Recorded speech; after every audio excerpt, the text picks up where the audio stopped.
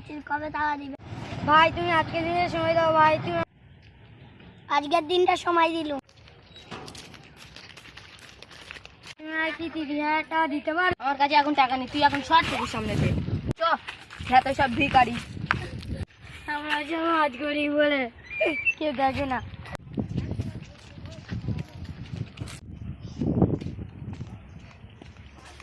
বন্ধু বন্ধু, কি হয়েছে বল? বন্ধু আর 30,000 টাকা লাগবে। একটু দাঁড়া, আমি গিয়ে আনছি।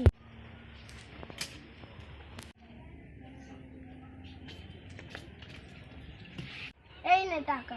ঠিক আছে বন্ধু বিপদে কাজে আসে, এইটা হলো বাস্তব।